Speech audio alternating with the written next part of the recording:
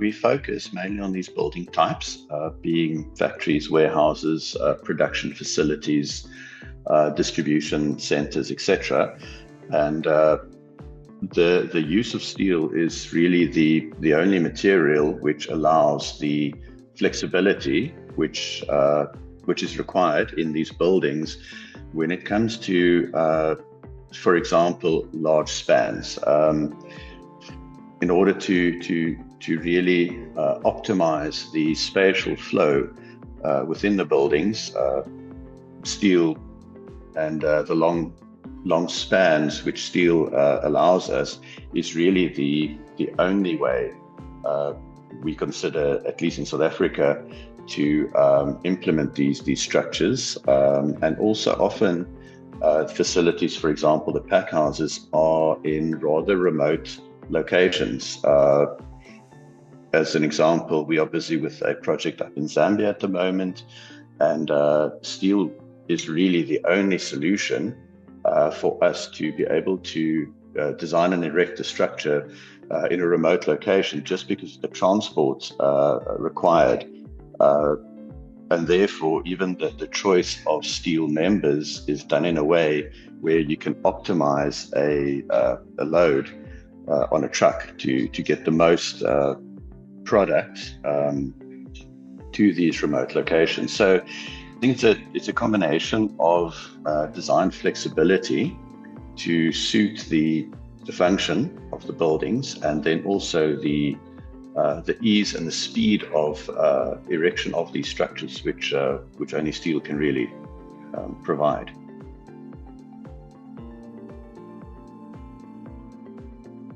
So the location of this particular site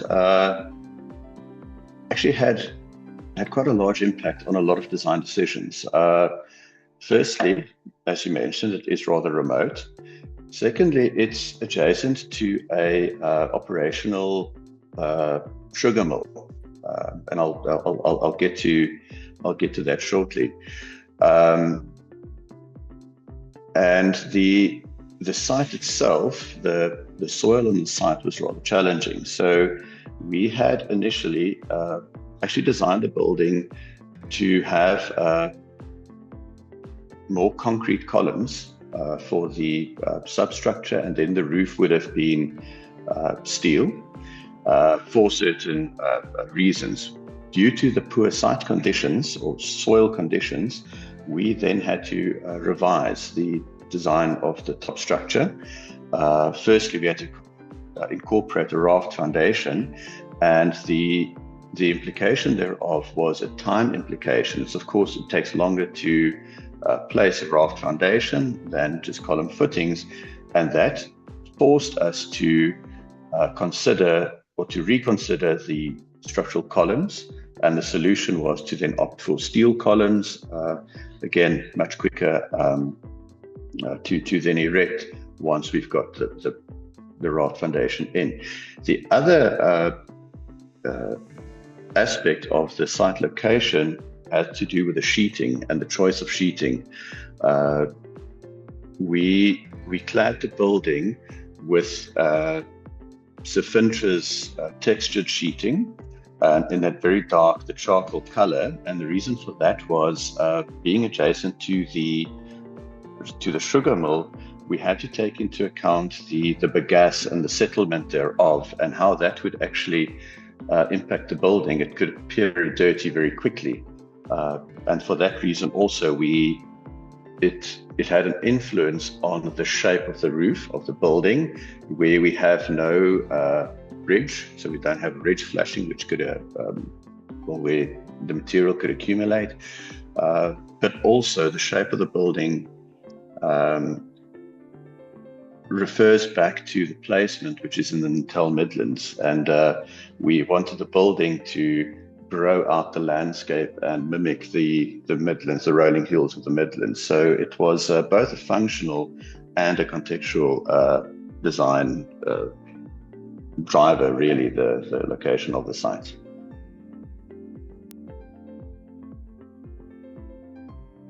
So I think if we Maybe to answer the first question regarding sustainability. Look, these buildings climatically are tricky to deal with. Roof sheeting is not always the best insulator on its own, even if you do apply a value bubble, for example, below that. But with a case, or in this case, where we are packing avocados, we need a climate-controlled environment, at least to some extent. And the solution there was to apply a lambda board below the sheeting in the packaging area, as well as the sun pole system toward the north of the building. The sun pole, which is a sort of a sandwich panel, I think it's got an R value of 2.3, which is quite rather high for a material that still allows a lot of light in. So we always want to bring in natural light, which reduces the amount of artificial lights which we need to include in these buildings. And in this instance, it also assisted with the thermal insulation of the building. In terms of maintenance, as I mentioned, the roof sheeting was a factor. We don't want to continuously need to wash the building. It does rain in the area, so the rain would wash off a lot of the debris, but we can't have people continuously have to wash the building, and therefore also the sheeting profile we used actually allows for good water runoff of these buildings.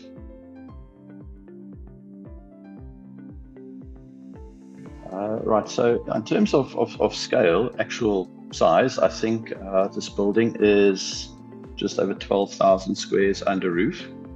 So it's a rather large facility. When you start measuring buildings in hectares, it becomes quite big. So the site is, I think, 2.6 hectares. The building footprint's 12,000 squares. In terms of complexity, a pack house is definitely a high level of complexity when one takes into account the coordination of all your systems. So often people would refer to a packing shed, which is not at all. The shed is just really the shell. But it needs to, what we need to incorporate comes in is all the systems. It's hard and soft systems. So if we start with the pack line, it's a complex piece of machinery, very specifically designed per project, which talks back to a yield or a volume throughput.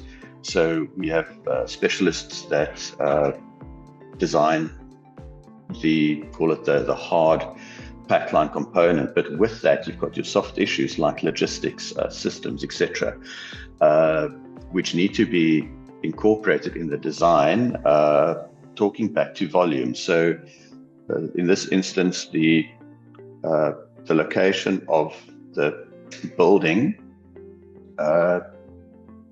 needs to take into account how much product can come into the building per week, how much product needs to go out, and the receiving and the dispatch areas are therefore sized accordingly.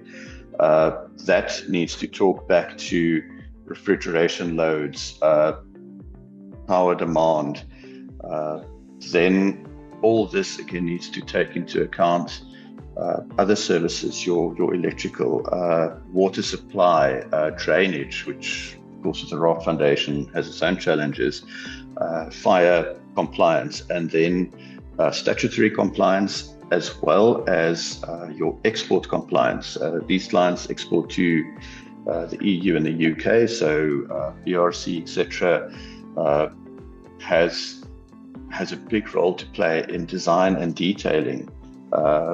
Vermin proofing, for example, is not something that's typically an easy thing to achieve in steel structures with cladding.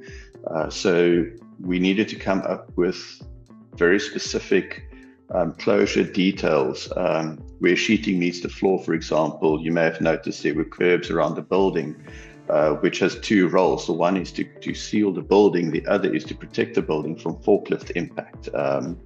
So it's a rather complex machine. The building with a pack line, it's actually one integrated unit. And well, the way we achieve that is everything's modeled. So we use BIM modeling.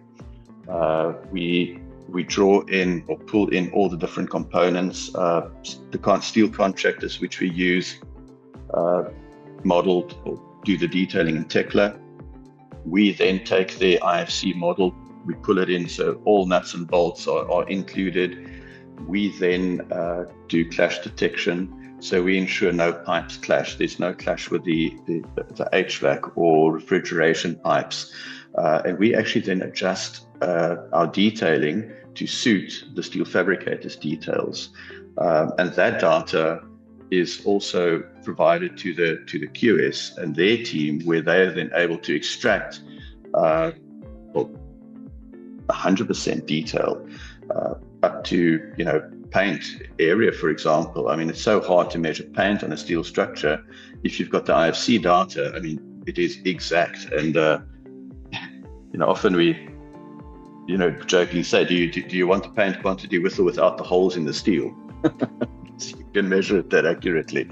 So yeah, the new the BIM tools that we have these days really allows us to design and solve these buildings in a virtual space before it goes to site. So I mean, there's no welding or punching really done on site. When the components come together, they fit, and it's really an assembly, or that's the attempt.